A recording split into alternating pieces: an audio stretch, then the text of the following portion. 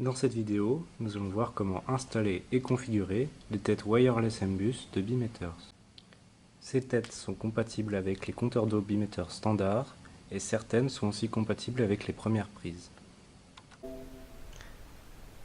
Tout d'abord, lancez le logiciel Hydrolink et entrez votre mot de passe pour vous connecter en tant qu'admin. Branchez l'antenne RFM en USB.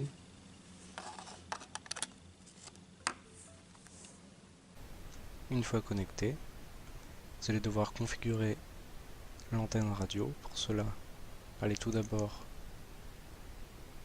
dans le panneau de configuration et cherchez le gestionnaire de périphérique. Ici. Dans ce gestionnaire, allez tout en bas et dans Portcom et LPT, vous allez trouver l'antenne radio ici, qui est donc située sur le COM10. Donc sur Hydrolink, sélectionnez le COM10 et cliquez sur Début de réception de données. Vous pouvez aussi effacer les lectures tampons afin de remettre la transmission à 0. Ensuite, vous allez pouvoir aller dans l'onglet Configuration et vérifier que la case individuelle AES Keys a été cliquée. Donc une fois que vous avez fini de configurer le logiciel, vous allez pouvoir commencer à configurer votre module. Donc tout d'abord, la première chose à faire, c'est de choisir le bon modèle. Donc c'est indiqué sur la tête. Donc par ici on a, par exemple, dans cet exemple on aura une tête TX 1.1. Pour les premières prises ça sera un TX 2.1. Et pour les têtes OMS, donc il faut choisir TXE.1 OMS. Pour distinguer une tête OMS d'une tête normale, c'est très simple. Il suffit de regarder l'indication ici. Donc si c'est marqué OMS, c'est que c'est une tête OMS. Donc c'est juste à gauche du modèle de tête radio.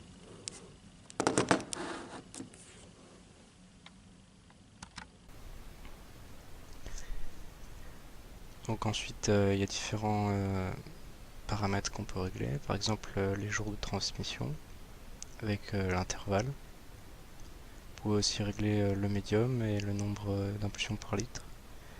Alors tout ça c'est normalement pré-réglé en réglage usine que l'on conseille de laisser, surtout cette partie-là qui est normalement réglée correctement. Ensuite ici on peut choisir les mois de transmission, par exemple si on ne veut pas compter pendant le mois d'août ou de juillet. Et ensuite ce qui est important aussi, c'est de mettre la consommation de départ, donc si votre compteur mécanique a déjà tourné. Par exemple ici on est à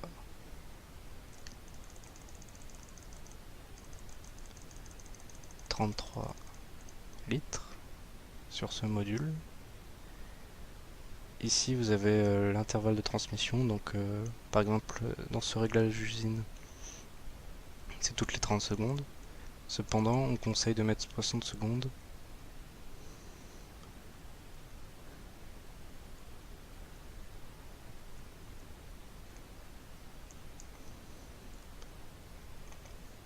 pour pouvoir économiser la batterie. Ensuite il y a des alarmes de fuite, par exemple ici après 12 heures, vous pouvez choisir 12 heures, 24 heures, 48 heures, 72 heures. Vous pouvez régler l'historique mensuel ici. Alors le Qmax aussi, il faut le configurer, il y a une fiche normalement qui est fournie avec le catalogue Spheraco que vous pouvez demander. Donc vous pourrez trouver le Qmax approprié. Donc ici il est déjà bon. Après vous pouvez choisir les différentes alarmes et les choses à mettre à jour. Laissez bien cocher cette case date et heure du module. C'est important qu'elle soit à la même heure que l'heure actuelle. Et enfin vous pouvez choisir eau chaude ou eau froide. Donc ici c'est un eau chaude. L'idée c'est l'identifiant du module, donc par exemple vous pouvez mettre appartement 1.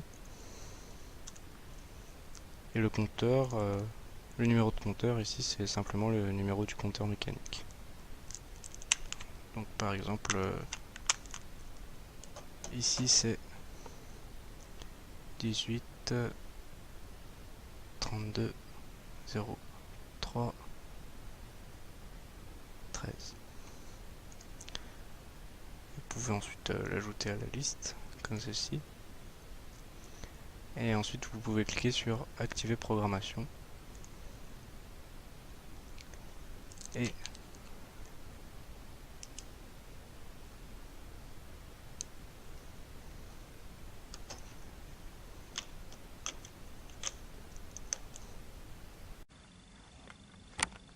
appuyez sur le bouton et pendant que la LED clignote,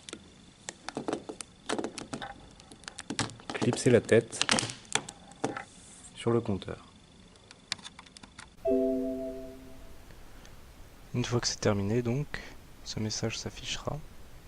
Vous pouvez cliquer sur désactiver.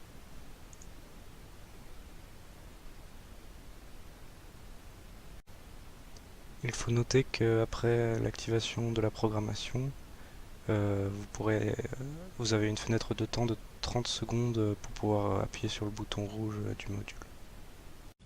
La procédure est la même pour les compteurs première prise avec la tête TX2.1.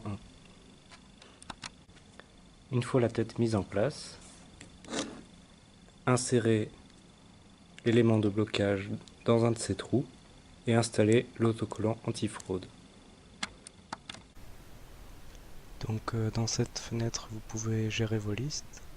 Donc vous pouvez charger une liste déjà enregistrée, ajouter une liste que vous avez configurée, lire un fichier si jamais la liste est enregistrée d'une autre manière.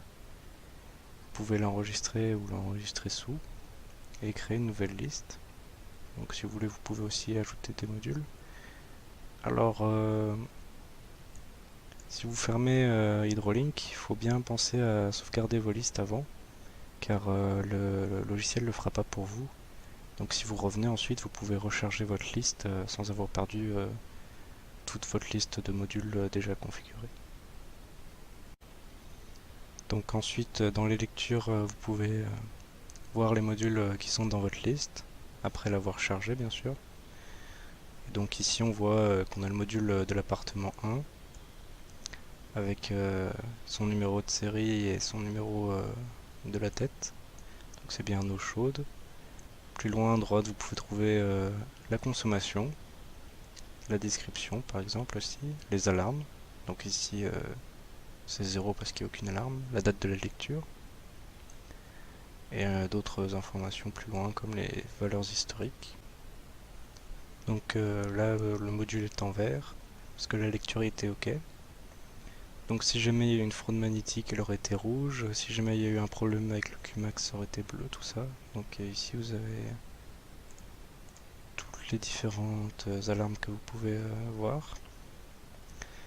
Une fois que vous avez terminé, vous pouvez cliquer sur enregistrer lecture et ça va créer un fichier Excel. Donc ce fichier Excel, il a toutes les informations qu'on pouvait voir dans le logiciel. Donc on a l'appartement, l'identifiant, les numéros de série, la consommation elle est juste là en mètres cubes.